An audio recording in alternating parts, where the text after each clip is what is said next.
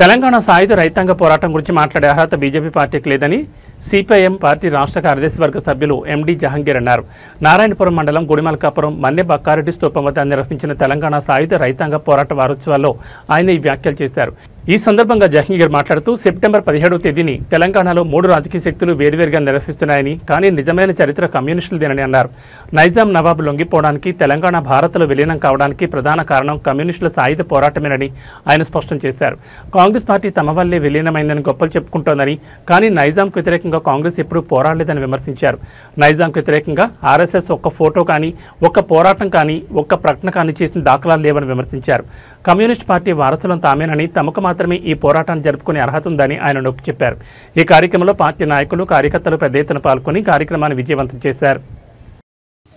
79 సంవత్సరాల క్రితం జరిగినటువంటి వీర తెలంగాణ సాయుధ రైతాంగ పోరాటం ఇప్పటికీ ప్రజల్లో ఆ గుర్తింపులో ఉన్నది. ప్రజలందరూ కూడా కమ్యూనిస్టుల్ని ఆదరిస్తున్నటువంటి పరిస్థితి ఇప్పటికీ సజీవంగా ఉన్నది. ఇక్కడ గమనించాల్సిన విషయం ఏంటంటే 1946 నుంచి 1951 వరకు జరిగినటువంటి సాయుధ రైతాంగ పోరాటం 5 సంవత్సరాలు విరోచితంగా జరిగింది. 4500 మంది కమ్యూనిస్టు యోధులు బలైపోయారు. ఆ బలిదానం యొక్క ఫలితము 10 లక్షల ఎకరాల భూముల్ని పేదలు చేతికి ఇవ్వడం జరిగింది. అలాగే అనేక గ్రామాలని విముక్తి చేసినటువంటి పరిస్థితి ఉన్నది. వెట్టి చాకరీ వ్యతిరేకంగా పోరాటం జరిపి ఈనాడు సమానత్వాన్ని సాధించడం కోసం కమ్యూనిస్టులు చేసినటువంటి కృషి ఒక అద్భుతమైనటువంటి కృషి. ఇదే కాదు, దేశవ్యాప్తంగా భూ సంస్కరణల్ని తీసుకురావాలని చెప్పని కమ్యూనిస్టులు ఏదైతే పోరాటం చేశారో ఆ పోరాటాన్ని ప్రభుత్వం అంగీకరించక తప్పలేదు. అయినా కాంగ్రెస్ ప్రభుత్వం ఒప్పందం చేసుకున్నటువంటి పరిస్థితుల్లో దేశవ్యాప్తంగా భూ సంస్కరణలు కేవలం నామాత్రంగానే అమలు చేసింది. అది కమ్యూనిస్ట్ పార్టీ అధికారంలో ఉన్నటువంటి బెంగాల్, కేరళ, త్రిపురల్లో లక్షలాది ఎకరాల భూములు పంచడం జరిగింది. దాని తర్వాత జమ్మూ కాశ్మీర్లో ఫరూక్ అబ్దుల్లా ముఖ్యమంత్రిగా ఉన్నప్పుడు అక్కడ భూములు పంచడం జరిగింది తప్ప ఎక్కడ కూడా దేశవ్యాప్తంగా భూ సంస్కరణ చేసినటువంటి పరిస్థితి లేదు. కాంగ్రెస్ మాట తప్పింది, కమ్యూనిస్టులతో ఏదైతే ఒప్పందం చేసుకున్నారు. ఇక రెండో విషయం ఏంటంటే నిజాం లొంగిపోయాడు అని చెప్పని కాంగ్రెస్ వాళ్ళు జబ్బలు దర్చుకుంటున్నారు. మా నెహ్రూ లొంగ తీశాడు, సర్దార్ వల్లభాయ్ పటేల్ సైన్యం లొంగ తీసిందని చెప్పి చెప్తున్నారు. ఇది తప్పు. ఒకసారి చరిత్రలోకి వెళ్ళండి. కమ్యూనిస్టుల యొక్క పోరాటం అద్భుతమైనటువంటి పోరాటము. పేదవాళ్ళు కూడా తుపాకులు పట్టుకొని నిజాంకి వ్యతిరేకంగా జరిగినటువంటి పోరాటంలో నిజాము లొంగిపోక తప్పని పరిస్థితిని తీసుకొచ్చింది కమ్యూనిస్టులు. ఇక నా వల్ల కాదు అని చెప్పని ఆ రకంగా ఒక రహస్య ఒప్పందం ద్వారా నిజాం లొంగిపోయాడు.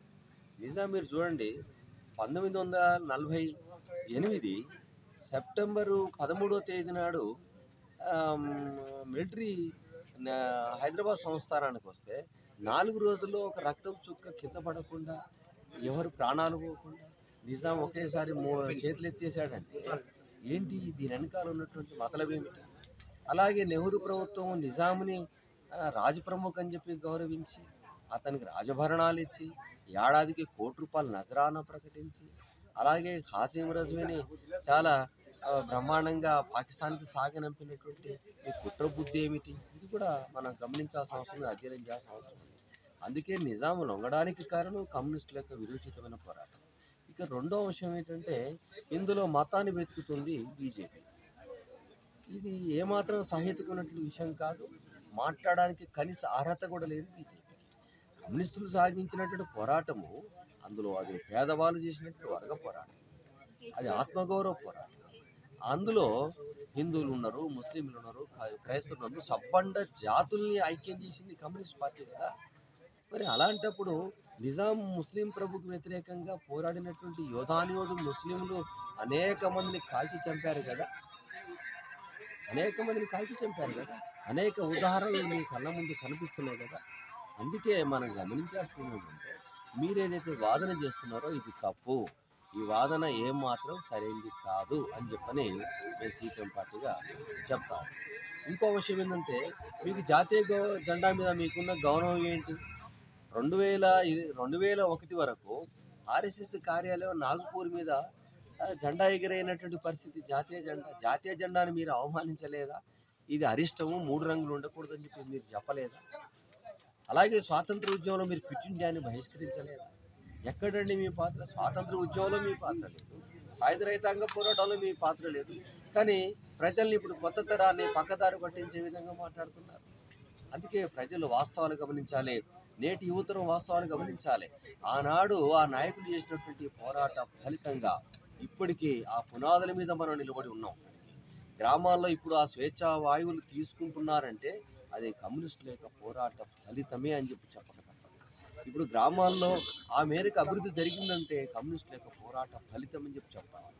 అందుకే ప్రజలకు కమ్యూనిస్ట్ పార్టీ ఒక గొప్ప ఆయుధాన్ని ఇచ్చింది, పోరాటం అనే ఆయుధాన్ని ఇచ్చింది.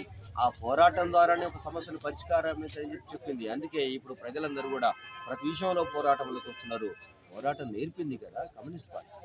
అందుకే ఈ సాయుధ రైతాంగ పోరాట వారోత్సవాల సందర్భంగా యాదాద్రి భువనగిరి జిల్లాలో ఇప్పటికీ అనేక సాయుధ పోరాట కేంద్రాలు మేము సందర్శించాం. అక్కడ ఉన్నటువంటి అమరవీరుల కుటుంబాలని కలిసాం, సభలు ఊరేగింపులు చేస్తున్నాం. ఇప్పుడు మేము మన్నె బక్కారెడ్డి గారి స్థూపం దగ్గర ఉన్నాం. ఇక్కడ నారాయణపూర్ మండలంలో గుడిమల్కాపురంలో ఒక పెద్ద బహిరంగ సభ జరిగింది. ఈ సభలో అనేక మంది కమ్యూనిస్ట్ పార్టీ కార్యకర్తలు పాల్గొన్నారు, గ్రామస్తులు పాల్గొన్నారు, వాస్తవ విషయాలను అర్థం చేసుకున్నారు. అందుకే నారాయణపురం మండలమే కాదు మొత్తం భువనగిరి జిల్లాకు సంబంధించినటువంటి ప్రజలందరికీ మా విజ్ఞప్తి ఏంటంటే ఏనాడు కూడా రావి నారాయణ రెడ్డి గారి యొక్క పోరాటాన్ని మరవకండి, ఆరుట్ల రామచంద్రారెడ్డి గారు చేసిన త్యాగాన్ని మరవకండి, ఆరుట్ల కమలాదేవి గారు చేసినటువంటి పోరాటాన్ని మరవకూడదు. ఆ రకంగా కాచం కృష్ణమూర్తి గారు చేసినటువంటి సాయుధ రైతాంగ పోరాటాన్ని మనం మరవకూడదు. అట్లా గ్రామాల్లో దుంపల మల్లారెడ్డి గారు సాయుధ రైతాంగ పోరాట దళనాయకుడు, ఆయన చేసినటువంటి పోరాటాన్ని మరవకూడదు. అందుకే ప్రజలారా, మీ తాత తండ్రులు అనేక త్యాగాలు చేశారు. ఆ త్యాగాల్ని మీరందరూ కూడా స్మరించుకుంటూ ముందుకు వెళ్లాల్సిందిగా, ఆ రకంగా ఎర్ర జెండా గౌరవాన్ని ముందుకు తీసుకెళ్లాల్సిందిగా ఈ సందర్భంగా విజ్ఞప్తి చేస్తున్నారు.